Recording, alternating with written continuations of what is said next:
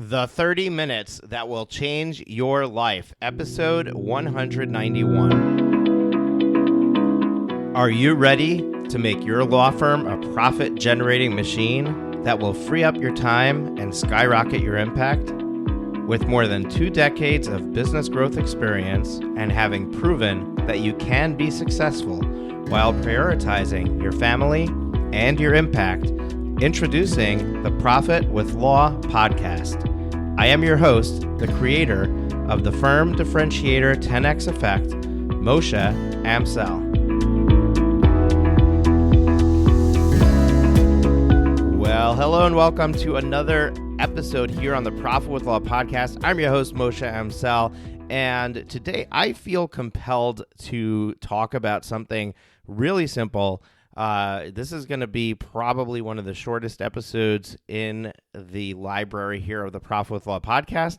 And what I want to talk to you about is self-care.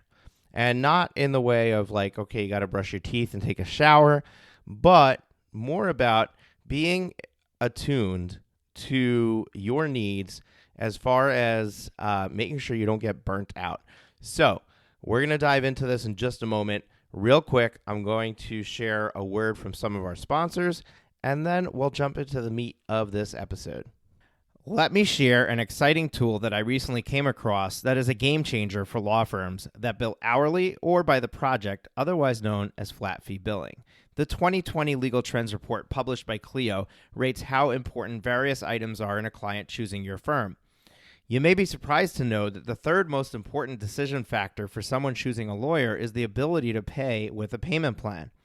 The challenge that law firm owners face is the risk of a client not making good on that payment plan. Most attorneys don't offer payment plans because of that. The problem is now solved with LawFunder. LawFunder allows you to easily add a payment option to all your client invoices and retainer replenishment requests that does not require credit checks, applications, or any other complex process. The client's able to use their existing credit cards, allowing them to earn points and miles, access credit card specials on interest rates, and any other tools they use to manage their cash. When I saw this tool, I was blown away. Most importantly, it removes all the risk from the law firm and makes an easy and painless process to the payment process. So if you want to check off the box on one of the top factors in new client decisions, if you want to decrease your accounts receivable and get paid immediately, LawFunder is the solution. Go to lawfunder.com. That's lawfundar.com/profitwithlaw to learn more.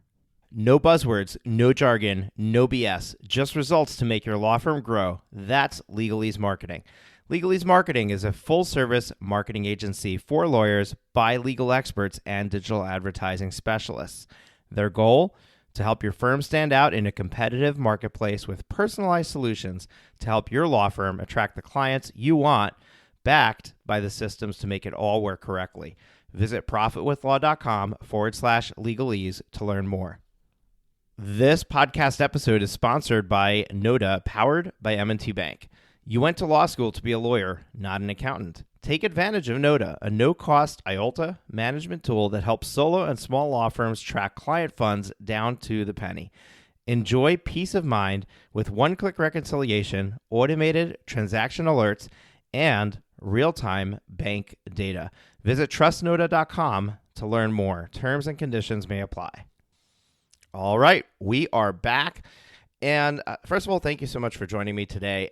What I want to talk about is treating yourself to the things that you don't do currently. One of the things that we do as business owners is we put our business first.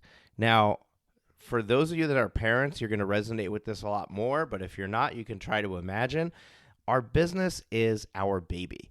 Our business is our child. It is something that has to go through the growth stages of what a child goes through as we raise them into adults. And parents know that when you have a child, all of your efforts go into that child first. That child comes first. You're going to make sure that child eats breakfast before You eat breakfast. You're going to make sure that child gets a haircut before you get a haircut. You're going to make sure that child plays with their friends before you spend time with your friends. And it's just something we naturally do. We put the needs of somebody who's relying on us before our own needs. And we do that with our business too. We constantly think that our business needs our attention. And if we take our attention off of it, and God forbid, spend time on ourselves, then things are going to fall apart. Things are not going to happen. And how could we possibly take that time for ourselves? And that's where you couldn't be more wrong. And that's why I wanted to have this discussion. So here's the deal. We are intricate beings. So the human being is a really complex creature. And one of the things that we do is we've got this survival mechanism. And what happens is that our brain needs to recharge too. We need to take time for ourselves. Some people need to take time multiple times a day. Some people need to do it once or twice a year. But we need to be able to allow our brain to decompress. We need to allow our brain to cool down, to just take a break from all the constant thought and worry and decisions that have to be made.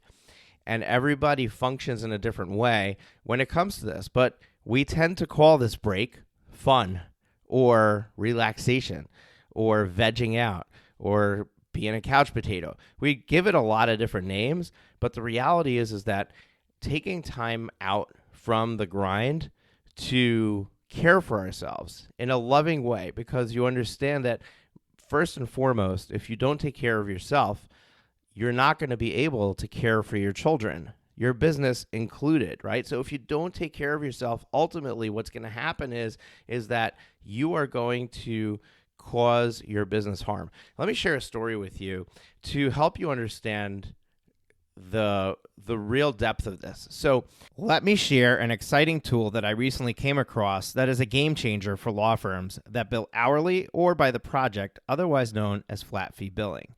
The 2020 Legal Trends Report published by Clio rates how important various items are in a client choosing your firm. You may be surprised to know that the third most important decision factor for someone choosing a lawyer is the ability to pay with a payment plan. The challenge that law firm owners face is the risk of a client not making good on that payment plan. Most attorneys don't offer payment plans because of that. The problem is now solved with LawFunder. LawFunder allows you to easily add a payment option to all your client invoices and retainer replenishment requests that does not require credit checks, applications, or any other complex process. The client's able to use their existing credit cards, allowing them to earn points and miles, access credit card specials on interest rates, and any other tools they use to manage their cash. When I saw this tool, I was blown away. Most importantly, it removes all the risk from the law firm and makes an easy and painless process to the payment process. So if you want to check off the box on one of the top factors in new client decisions, if you want to decrease your accounts receivable and get paid immediately, LawFunder is the solution. Go to lawfunder.com. That's lawfundar.com/profitwithlaw to learn more. No buzzwords, no jargon, no BS, just results to make your law firm grow. That's Legalese Marketing. Legalese Marketing is a full-service marketing agency for lawyers by legal experts and digital advertising specialists. Their goal? To help your firm stand out in a competitive marketplace with personalized solutions to help your law firm attract the clients you want, backed by the systems to make it all work correctly. Visit profitwithlaw.com/legalese to learn more. This podcast episode is sponsored by Noda, powered by M&T Bank. You went to law school to be a lawyer, not an accountant. Take advantage of Noda, a no-cost IOLTA management tool that helps solo and small law firms track client funds down to the penny. Enjoy peace of mind with one-click reconciliation, automated transaction alerts, and real-time bank data. Visit trustnoda.com to learn more. Terms and conditions may apply. It was January of 2019, I think. And I'm in a coaching group. I have a coach myself that I pay to coach me, and he did some in-person events, right? So I was at an in-person event. It was January of 2019, and I was sitting with so my coach has a number of coaches that work in his organization. I was sitting at a tabletop session with one of the coaches, and I brought up this challenge that I had, which is I've shared it here on the podcast. It's still a work in progress, but I'm challenged with taking care of myself physically. So making sure that I maintain a healthy weight, making sure that I exercise and stay fit and in shape is something that I've always struggled with and continue to struggle with. But I brought it up in this conversation, and his name is Mark, and Mark shared with me, he said, and he said two things. One of the things that he said, which is where most people would go in this discussion, is, hey, if you died, what good are you going to be to your kids, right? Or if you got sick and incapacitated, what good are you going to be to your kids? And that's a really good argument, but it's the kind of thing where, like, if you tell a smoker, hey, in 60 years, you're going to get lung cancer, so you shouldn't smoke now, it's so out of touch to the reality of where they're in that they can't see that far into the future to really feel that it's real and to do something or act on it because of that. So if that works for you, great, but it doesn't work for me. He said something else in that conversation, and this really brought the damage that I was doing home. And he basically said as follows. He said, what kind of example are you setting for your kids when they watch you? And we all know that our kids learn the most by observing what we do, by watching our actions. When your kids are watching you and they're observing you, and they know that you don't exercise, and they know that you don't watch what you eat, and they see what size you are, they see when you're healthy, when you're not healthy, they even see when you go through spurts and you get into this mode where suddenly you're eating healthy and suddenly you're exercising and then you stop doing it. What kind of example are you setting for your children in those moments? And are you setting the example that you want to set so that you set them up for success? And when he shared that with me, that light bulb clicked, and it suddenly made so much sense to me because, yes, I want to be there for my kids, but more importantly, I am constantly teaching them what can be a good thing, what can be a bad thing, what they should or shouldn't do, where they should think more about their actions.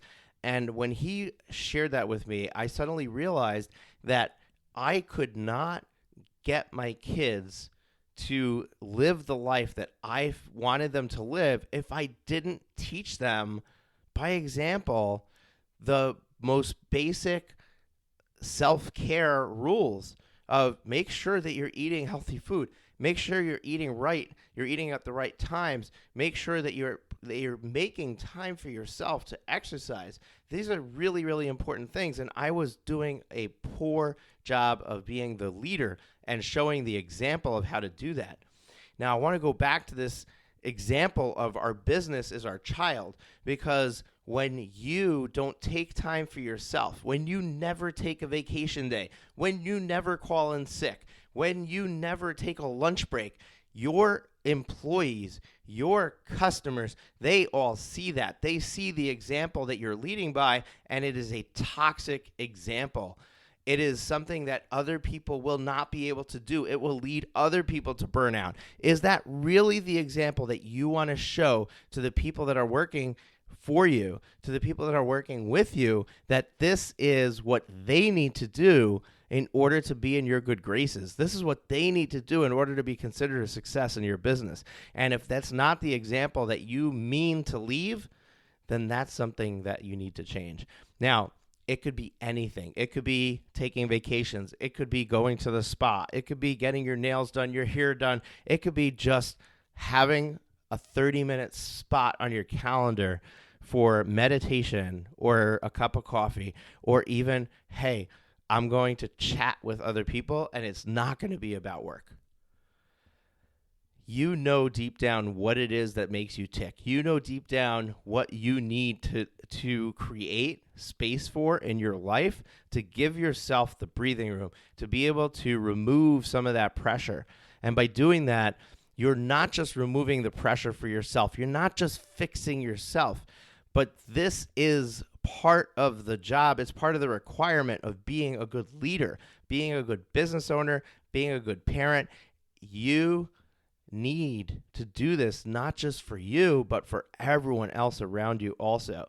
So the one thing that I'm going to leave you with, this is going to be a really short episode, is I would like to challenge you. We are heading into the spring months of the year right now. It is March. It is going to start being beautiful for those of you in the places where it wasn't so cheerful.